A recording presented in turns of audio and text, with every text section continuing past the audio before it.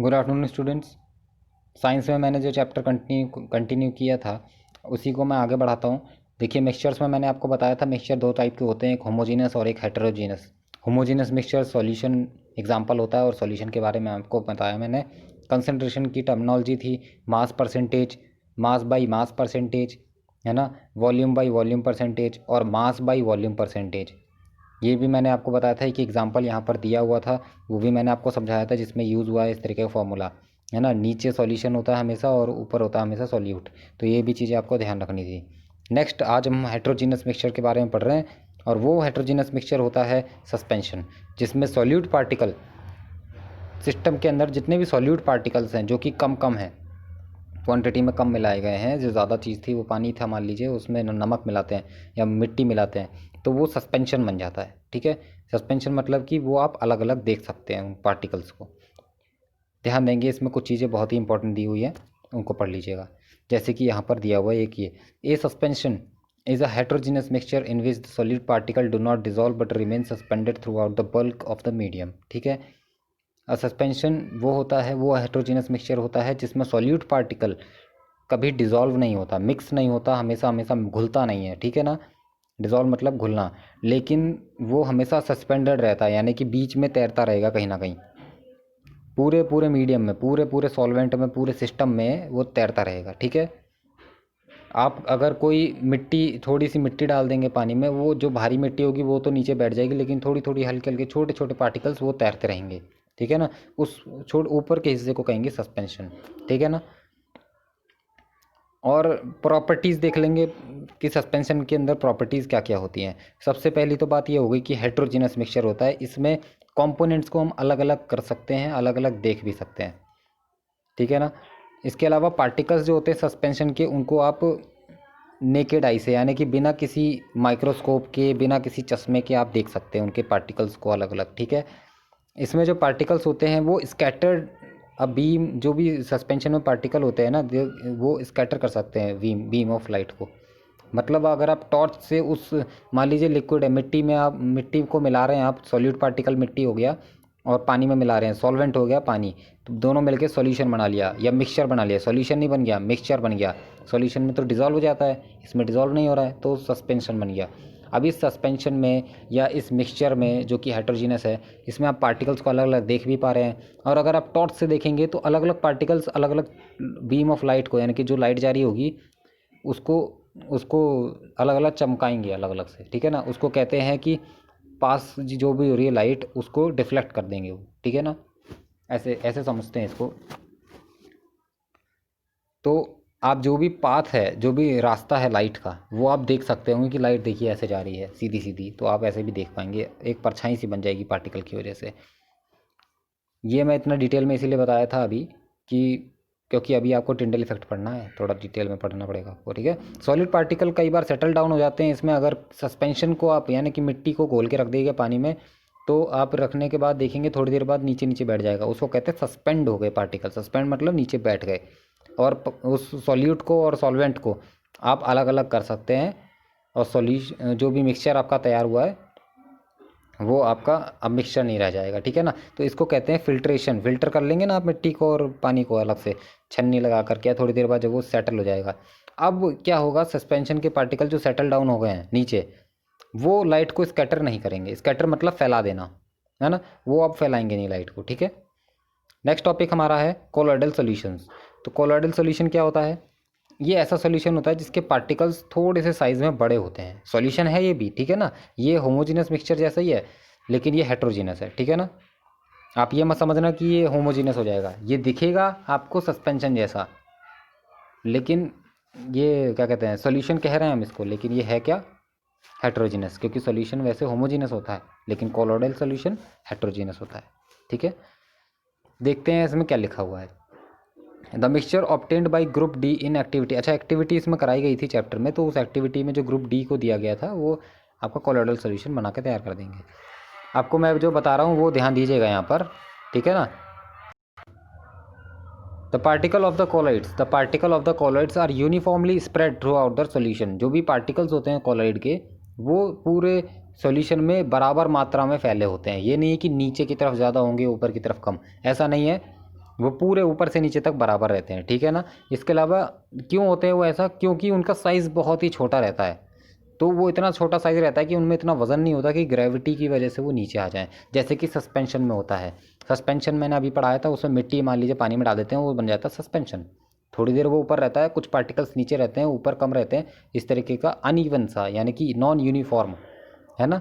तो ये ऐसा नहीं होता, तो वो होता है सस्पेंशन। लेकिन अगर यूनिफॉर्म है, नीचे भी बराबर, जितना नीचे दिख रहा है उतना ही ऊपर भी दिख रहा है, तो वो कहते हैं कॉलॉइडल सॉल्यूशन, क्योंकि उसके पार्टिकल्स बहुत छोटे हैं, ठीक है, स्मॉलर साइज पार्टिकल्स, ठीक है ना। ठीक है, तो दूध जैसे एग्जांपल हो जाता है। दूध में देखिएगा, दूध के अलग अलग कंपोनेंट होते हैं एक्चुअली, कैल्शियम, ये सब चीज़ें। तो ये सब चीज़ें आपको अलग से दिखती नहीं है, उसमें बीच बीच में तैरती रहती हैं। तो दूध की वजह से हम इसको डिफ़ाइन अच्छे से कर पा रहे हैं, देखिए आप ध्यान से, क्योंकि सॉल्यूशन है, तो सॉल्यूशन भी एक बहुत ही अच्छा एग्जांपल होता है आपका होमोजीनियस का। लेकिन यहाँ पर आपको लगेगा कि ये होमोजीनियस पढ़ा रहे हैं तो सर, लेकिन मैं होमोजीनियस नहीं, ये हेट्रोजीनियस मिक्सचर है। क्यों? क्योंकि हम लोग इसके पार्टिकल्स को अलग कर सकते हैं। आप मिल्क है, मिल्क को अगर आप थोड़ी देर छोड़ देते हैं गर्म मिल्क को, तो फिर वहाँ से आपको अलग अलग पार्टिकल अलग अलग निकलने लग जाएंगे। गर्म कर देंगे तो फिर आपकी मलाई अलग निकल जाएगी, है ना। इस तरीके से अलग अलग हो जाता है, इसीलिए उसको हेट्रोजीनस मिक्सचर कहते हैं। उसके पार्टिकल्स बहुत छोटे हैं, लेकिन ऐसा नहीं है कि वो थोड़ी देर रख दोगे तो बैठ जाएगा नीचे, ठीक है ना, ध्यान रखना। एग्जाम्पल ध्यान रखेंगे आप, मिल्क होगा कोलोइडल सॉल्यूशन का एग्जाम्पल, ठीक है। क्योंकि कोलोइडल पार्टिकल्स बहुत छोटे साइज़ के होते हैं, इसीलिए हम उसको अपनी आँखों से नहीं देख पाते। आँखों से देखना ही होता है, लेकिन आँखों को बिना नेकेड, मतलब कि नंगी आँखें, मतलब कि आप कुछ लगा नहीं रहे हैं, चश्मा नहीं लगा रहे, माइक्रोस्कोप नहीं लगा रहे, कुछ नहीं लगा रहे, आप सीधे डायरेक्टली देख रहे हैं, तो उससे आप नहीं देख पाएंगे इसके पार्टिकल्स को। लेकिन सस्पेंशन के पार्टिकल को देख पा रहे थे, ठीक है। इसमें एक बहुत ही इंपॉर्टेंट चीज़ होता है टिंडल इफेक्ट। जब भी आप कोलोइडल सॉल्यूशन देखेंगे, तो उसमें जो होता है स्कैटरिंग ऑफ बीम जो होती है, जिसे हम टिंडल इफेक्ट कहते हैं। स्कैटरिंग मतलब कि बीम ऑफ लाइट को जो हम फैला देते हैं, मान लीजिए टॉर्च लगा रहे हैं, जैसे नीचे दिखा रहा है यहाँ पर, तो ये जो टॉर्च लगाते हैं, तो इसकी वजह से बीम ऑफ लाइट जो है वो डिफ्लेक्ट हो जाती है, ठीक है। मतलब देखिए यहाँ पर इस फिगर को देखिए ध्यान से, इस फिगर में आपको दिखेगा Tyndall effect. Solution of copper sulphate does not show Tyndall effect. Copper sulphate का सोल्यूशन है ये। सोल्यूशन मतलब होमोजीनस मिक्सचर, इसमें आपको टिंडल इफेक्ट नहीं दिखेगा। लाइट इसमें कोई इसमें अलग से नहीं दिखेगी, लाइट पूरा पूरा भर जाएगी इसमें, लाइट अलग से नहीं दिखेगी लाइट, ठीक है ना। तो आर पार निकाल देगी लाइट अपने आप को। लेकिन mixture of water and milk shows Tyndall effect. क्यों? क्योंकि मिल्क के छोटे छोटे पार्टिकल होंगे, तो उसमें अलग अलग आपको लाइट का पाथ दिख जाएगा इस तरीके से, कि लाइट कहाँ कहाँ से आके कहाँ कहाँ जा रही है, ठीक है ना।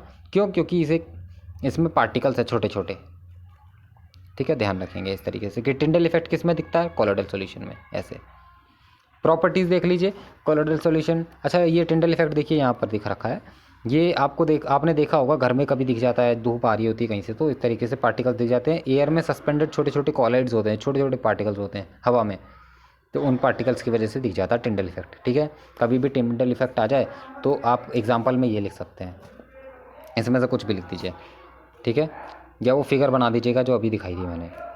आगे बढ़ते हैं, कोलॉइड्स क्या होते हैं, कोलॉइड्स की प्रॉपर्टीज़ देख लेते हैं अब। तो कोलॉइड्स की प्रॉपर्टीज़ क्या होती है कि हेट्रोजीनस मिक्सचर होता है, ये आपको पता ही है।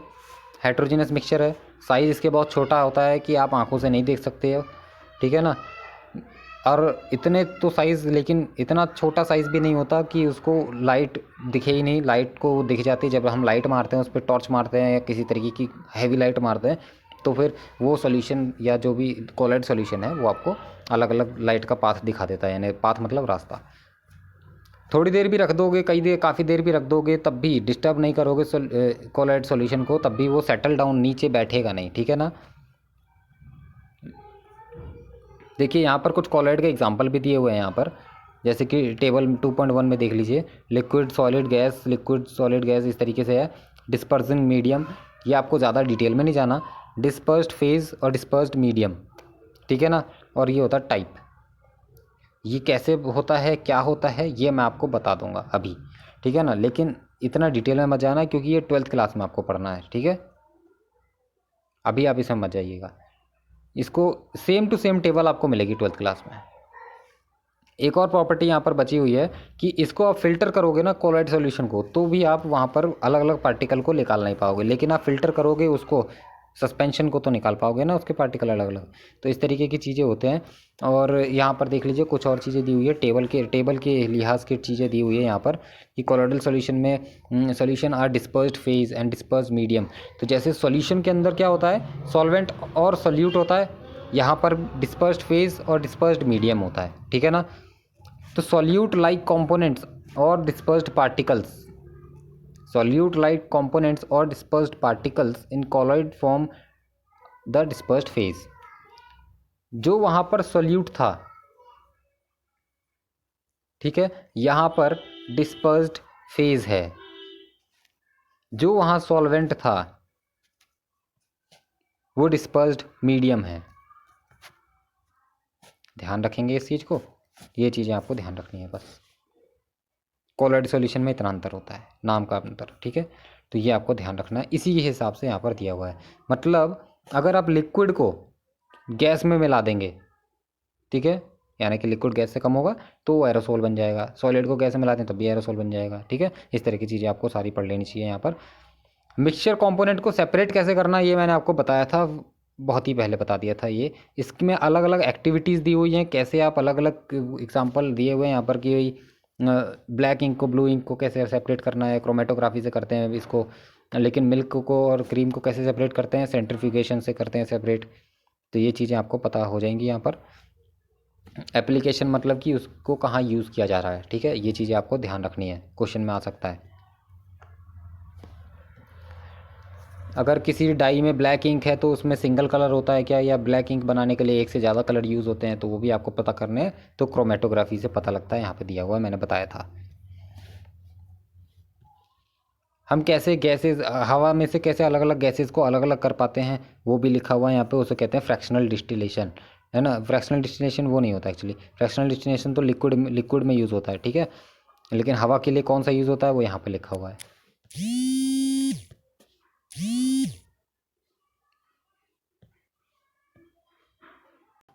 इसके आगे नेक्स्ट आपका दिया हुआ है, अच्छा हवा वाला यहाँ पर ये दिया हुआ है डायग्राम, इसको कोई मतलब नहीं, आपको बस देख लीजिएगा। Separation of component of air, हवा में क्या क्या कंपोनेंट्स मिक्स हैं वो चीज़ें अलग अलग करने के लिए यहाँ पर ये सिस्टम है, ठीक है।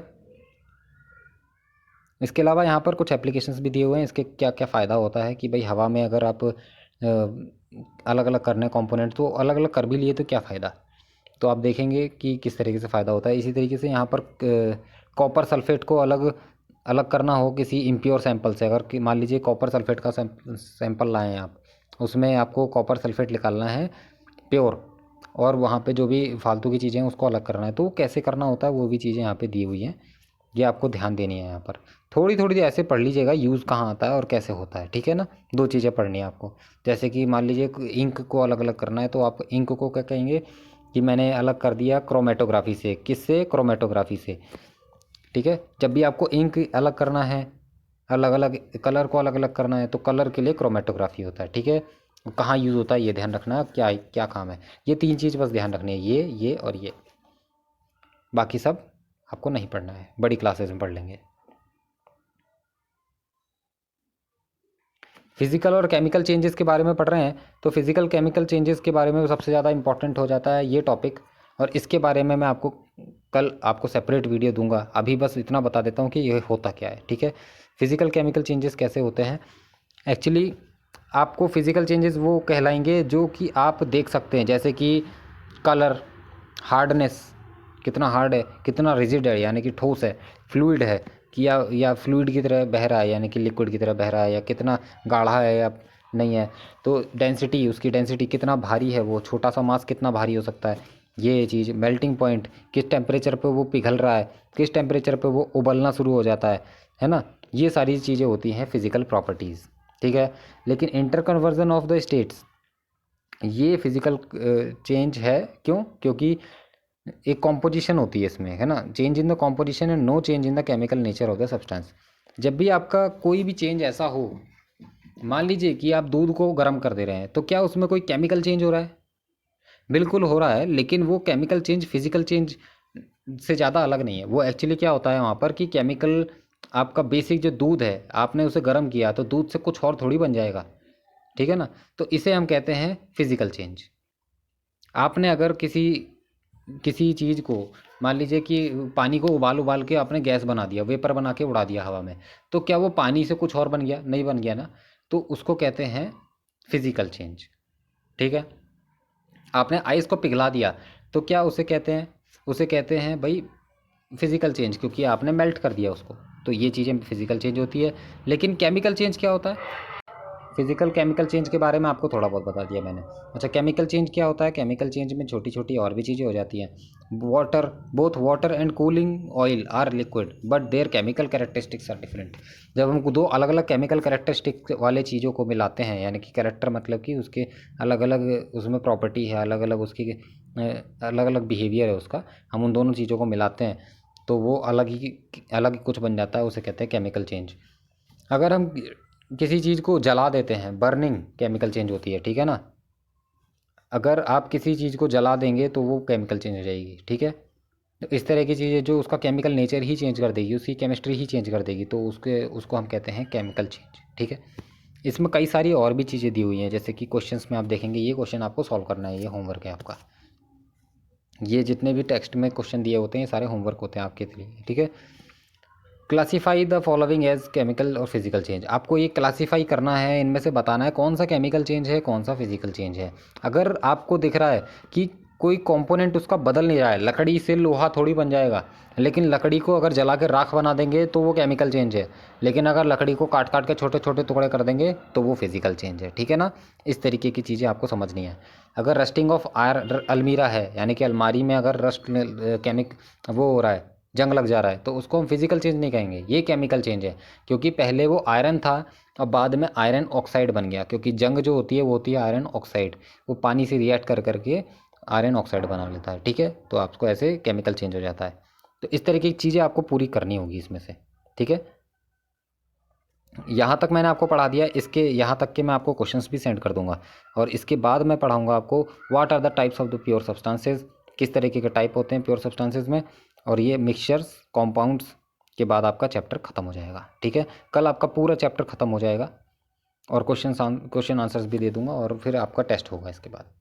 रेडी रहना टेस्ट के लिए, क्योंकि मजाक नहीं है, बिल्कुल टेस्ट मैं लूँगा। और जितने भी मार्क्स आएंगे सिर्फ जिन लोगों ने अच्छा परफॉर्म किया होगा उनको ही मार्क्स मिलेंगे, ठीक है ना। Okay, thank you.